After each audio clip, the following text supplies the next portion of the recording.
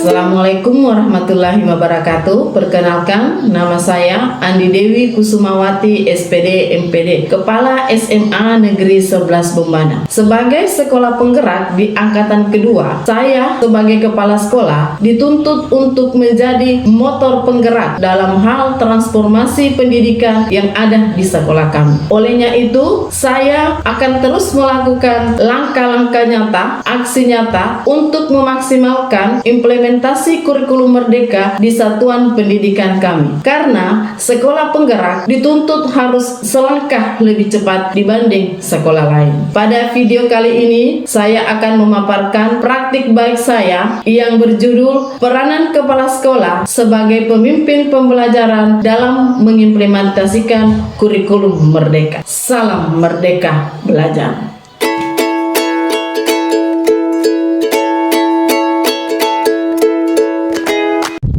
SMA Negeri 11 Bombana terletak di Kecamatan Rarawatu, Kabupaten Bombana. SMA Negeri 11 Bombana adalah sekolah penggerak angkatan kedua. Kondisi awal dari sekolah ini, prasarananya masih kurang, jumlah guru hanya 15 dan tidak memiliki tenaga kependidikan. Proses pembelajaran belum memenuhi kebutuhan peserta didik. Proses pembelajaran kelas masih monoton dengan gaya belajar tradisional dan masih minimnya guru menggunakan media pembelajaran.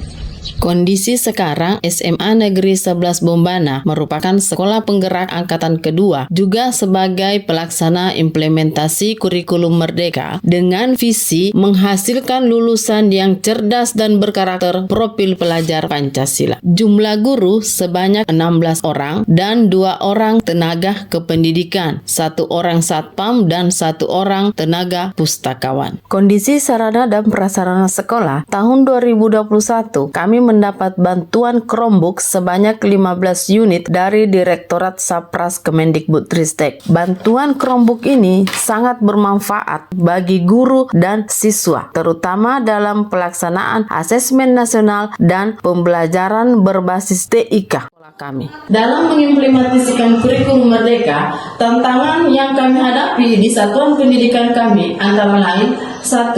Kurangnya pemahaman guru tentang kurikulum merdeka, terutama bagaimana memenuhi kebutuhan peserta didik, dalam hal ini mengimplementasikan pembelajaran berdiferensiasi. Kedua, karakter siswa masih rendah. Ketiga, motivasi dan minat belajar siswa yang masih kurang. 4. Nilai literasi dan numerasi pada rapor pendidikan di tahun 2021 masih di bawah kompetensi minimum. Kelima, sarana dan prasarana sekolah yang masih terbatas. Sebagai kepala sekolah, tantangan ini harus diminimalisir dengan cara melakukan inovasi-inovasi atau aksi untuk mengurangi tantangan yang dihadapi dalam melaksanakan implementasi kurikulum merdeka.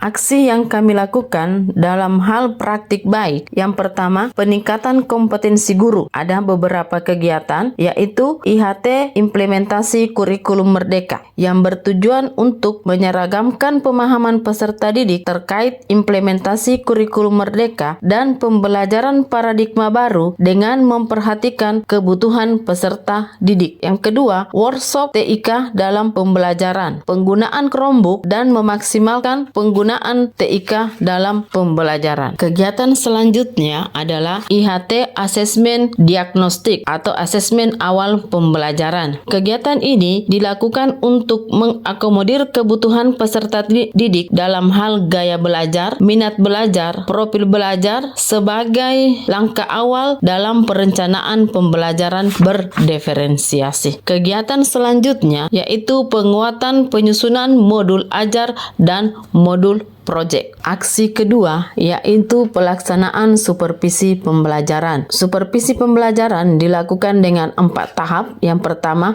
perencanaan. Yang kedua, pelaksanaan supervisi. Ketiga, refleksi. Dan keempat, tindak lanjut. Tahap pertama yaitu perencanaan pembelajaran. Pada tahap ini melaksanakan asesmen awal non-kognitif dan kognitif. Untuk asesmen awal non-kognitif, kami melakukan aplikasi akupuntur Aku Pintar untuk mengetahui gaya belajar siswa, minat belajar, dan profil belajar siswa. Karena kami belum memiliki guru bimbingan konseling, sehingga tugas tersebut diserahkan kepada wali kelas untuk melaksanakan asesmen awal non-kognitif. Untuk asesmen awal kognitif dilakukan oleh setiap guru mata pelajaran pada kelas 10 dan kelas 11. Tahap kedua, pelaksanaan supervisi pembelajaran di kelas. Saya sebagai kepala sekolah melakukan supervisi pembelajaran di kelas dengan menggunakan instrumen yang sesuai dengan indikator-indikator pada pembelajaran berdiferensiasi dan mempertimbangkan penggunaan media pembelajaran yang bervariasi. Tahap perencanaan supervisi selanjutnya yakni melakukan pembimbingan kepada guru dalam penyusunan modul ajar, mulai dari identifikasi capaian pembelajaran, diturunkan ke tujuan pembelajaran dan menjadi alur tujuan pembelajaran, serta penyusunan modul ajar dengan mempertimbangkan kebutuhan peserta didik berdasarkan hasil asesmen awal kognitif dan non-kognitif. Supervisi pembelajaran meminta guru untuk merefleksikan hal yang perlu diperbaiki mulai dari perencanaan, pelaksanaan pembelajaran yang telah dilakukan, menunjukkan hasil supervisi mana yang perlu dipertahankan dan mana yang perlu diperbaiki. Yang keempat, tindak lanjut supervisi.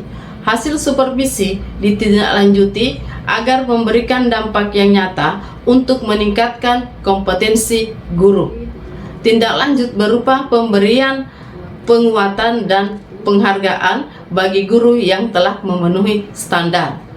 Bagi guru yang belum memenuhi standar, diberi teguran yang mendidik dan diberi kesempatan untuk mengikuti pelatihan kognitif. Aksi ketiga yakni pengembangan karakter siswa dalam pembelajaran intrakurikuler, kokurikuler, dan ekstrakurikuler. Untuk pembelajaran intrakurikuler, pengembangan karakter siswa melalui pelaksanaan disiplin positif dan kesepakatan kelas. Pada kegiatan pembelajaran kokurikuler dalam hal peningkatan karakter melalui proyek penguatan profil pelajar Pancasila dengan tema kearifan lokal, ini menyasar dimensi beriman dan bertakwa kepada Tuhan Yang Maha Esa, berakhlak mulia, gotong royong, dan berkebinekaan global. Dimensi P3 ini akan mengembangkan karakter siswa dalam jangka panjang. Pada kegiatan P5, kami mengangkat tema kearifan lokal karena wilayah SMA Negeri 11 Bombana berada di sekitaran Kerajaan Murnene, sehingga perlu memperkenalkan kearifan lokal bagi peserta didik untuk dilestarikan. Aksi keempat yaitu meningkatkan minat baca siswa melalui gerakan literasi sekolah, membuat pojok baca di dalam kelas maupun di luar kelas, menambah koleksi buku dengan bekerja sama perpustakaan daerah Kabupaten Bombana dan perpustakaan desa, serta mengikuti lomba gerakan literasi nasional yang diikuti oleh guru dan siswa, dan sudah menghasilkan karya 3 buku kumpulan puisi guru dan siswa SMA Negeri 11 Bombana. Aksi kelima yaitu pembentukan komunitas belajar guru bergerak SMA Negeri 11 Bombana. Komunitas ini sebagai wadah untuk membahas masalah-masalah belajar peserta didik dan menemukan akar masalah untuk ditindaklanjuti yang rutin dilaksanakan setiap minggu sekali. Refleksi dari aksi yang kami lakukan memberikan dampak positif bagi satuan pendidikan kami, antara lain: 1. Dengan adanya bantuan Chromebook dapat memaksimalkan penggunaan TIK dalam pembelajaran. Yang kedua, pelaksanaan pelatihan dapat mendukung terlaksananya pembelajaran terdiferensiasi di kelas. Yang ketiga, pelaksanaan proyek penguatan profil pelajar Pancasila dapat meningkatkan karakter dan bakat peserta didik. Keempat, program gerakan literasi sekolah dengan menambah koleksi buku bacaan dapat meningkatkan minat baca peserta didik. Sekianlah praktik baik yang saya lakukan di SMA Negeri 11 Bombana. Marilah tergerak, bergerak, menggerakkan. Salam merdeka belajar.